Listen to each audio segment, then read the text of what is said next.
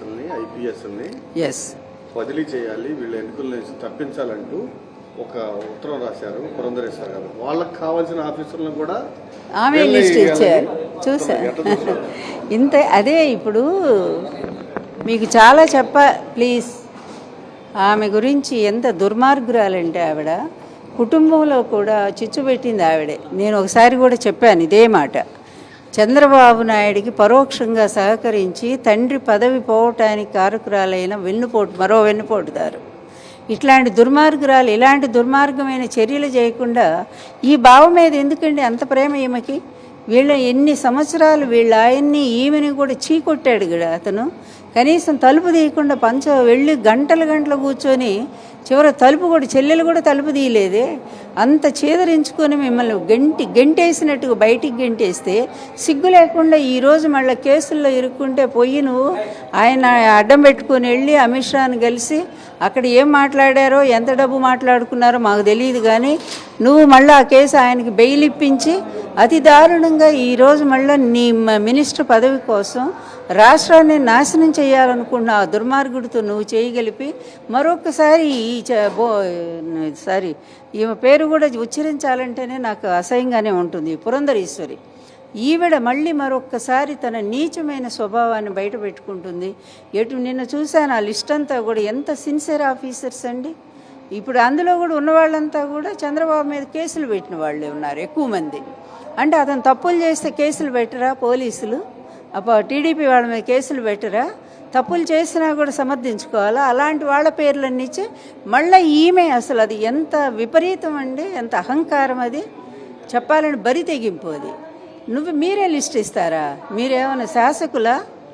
ఈ election commission ఏమైనా శాసిస్తారా? లేదు మీ కేంద్ర ప్రభుత్వం మీ చేతిలో ఉందని వాళ్ళ చేత ఏమైనా చెప్పించి చేయించాలనేటువంటి ఒక ధీమా మీకుందా? అది కూడా స్పష్టంగా చెప్పండి.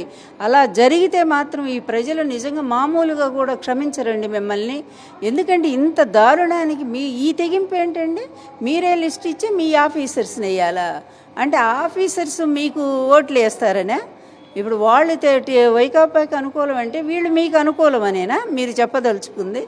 అందువల్ల ఇంత దుర్మార్గమైన చర్యలు ఈ బావ వదిన మరదళ్ళు ఇద్దరూ కూడా నాకు తెలిసి ఎన్నికల తర్వాత ఈ దుష్టులు ఇద్దరూ కూడా రాష్ట్రం నుంచి వెళ్ళిపోతారండి.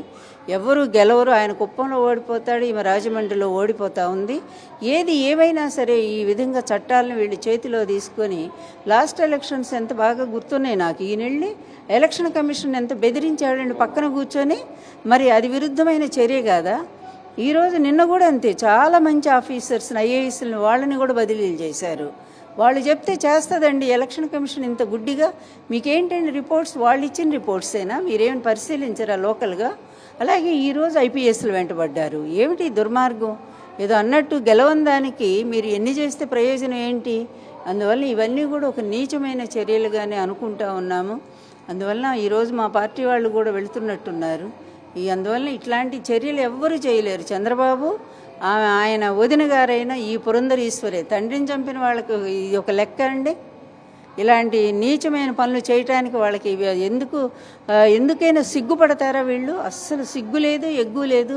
వీళ్ళిద్దరూ అంతేనండి. రాజకీయాల్లో ఇంత బరి తెగించిన వ్యక్తులు మనం ఎప్పుడూ కూడా చూడం. వీళ్ళ స్వార్థాల కోసం ఎన్నెన్ని దుర్మార్గాలు చేశారో నాకు తెలుసు. ఢిల్లీలో ఈమె చేసినవన్నీ కూడా నాకు తెలుసు. ఆంధ్రప్రదేశ్లో కానీ బయట దేశాలు కానీ బయట రాష్ట్రాల్లో చంద్రబాబు నాయుడు చేసిన దుర్మార్గాలు కూడా నాకు తెలుసు. ఆ పాపం పండే రోజు దగ్గరకు వచ్చింది. ఆ వచ్చిన రోజు శుభ్రంగా ఆయన పోయి జైల్లో కూర్చుంటాడు. అప్పుడు ఈమె వెళ్ళి ఆ జైలు ఓసల దగ్గర కూర్చొని పాపం ఓదార్పు చెప్తుందేమో చూద్దాము. ఒరిజినల్ టీడీపీ బీజేపీ నాయకులకి ఎక్కడ టికెట్ రాలా. ఓన్లీ టీడీపీ నుంచి బీజేపీకి వెళ్ళి చంద్రబాబు వంట పడితే వాళ్ళకే బీజేపీలో టికెట్లు వచ్చినాయి. ఇప్పుడు ఆ చంద్రబాబును కాపాడటానికి ఈ ప్రయత్నాలు పురంధరేశ్వరి లెటర్ రాయటం కానీ వాళ్ళకి టికెట్లు ఇప్పించుకోవడం కానీ అది అంతా ఇప్పుడు క్లియర్గా ఉందండి. బీజేపీ ఇవిడకు వదిలేసింది రాష్ట్రాన్ని, అంతే కదా. ఏదో వస్తే వచ్చింది దక్కుదల అనుకున్నారు, ఇవిడకు వదిలేశారు. ఇక ఆవిడ ఇష్టమైపోయింది. పోనీ గెలవగలిగిన వాళ్ళు ఉన్నారుగా, స్వతంత్రంగా నిలబడి వీళ్ళతో పొత్తు లేకుండా కూడా బీజేపీ చాలా శాతం ఓటింగ్ తెచ్చుకునేది, 1-2 సీట్లు కూడా గెలవగలిగేది. నిజానికి చంద్రబాబుతో పొత్తు పెట్టుకొని మరీ కూడా పనికి హీనమైన స్థితికి దిగజారిపోయింది. ఇంక ఈవిడ ఇష్టారాజ్యం అయిపోయింది, పార్టీ అధ్యక్షురాలు నేనే కదా అనుకుంది, మొత్తం తెలుగుదేశం వాళ్ళని దింపేసింది. పాపం ఒరిజినల్ బీజేపీ అంతా కూడా బాధపడుతూనే ఉన్నారు. ఆ రోజుల్లో వెంకయ్య నాయుడు బీజేపీని నాశనం చేస్తే తెలుగు రాష్ట్రాల్లో, ఈరోజు పురంధరేశ్వరి రూపంలో ఇద్దరు కమ్మాళ్లే, గమ్మత్తది. మళ్ళీ ఇక్కడ బీజేపీని సర్వనాశనం చేయడానికి వీళ్ళు కంకణం కట్టుకున్నారు.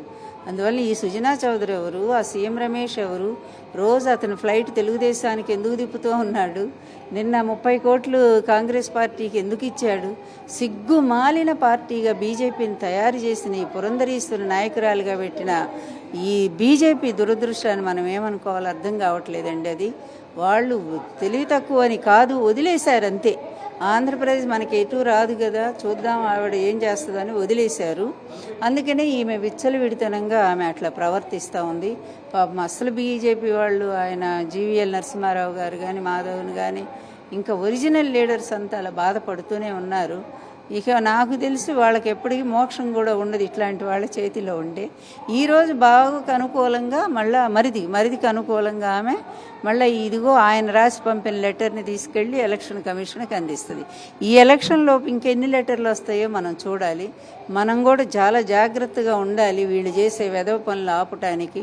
ఎలక్షన్ కమిషన్కి ఎప్పటికప్పుడు మంచి రిపోర్ట్స్, మన ఆఫీసర్స్ ఉన్న మంచి రిపోర్ట్స్, వాళ్ళకు వచ్చిన అవార్డ్స్, వీటన్నిటిని కూడా ఎలక్షన్ కమిషన్ మనం చూపించి వాళ్ళు చేస్తున్నంతా కూడా రాజకీయ కుట్ర అని మనం చెప్పగలగాలి.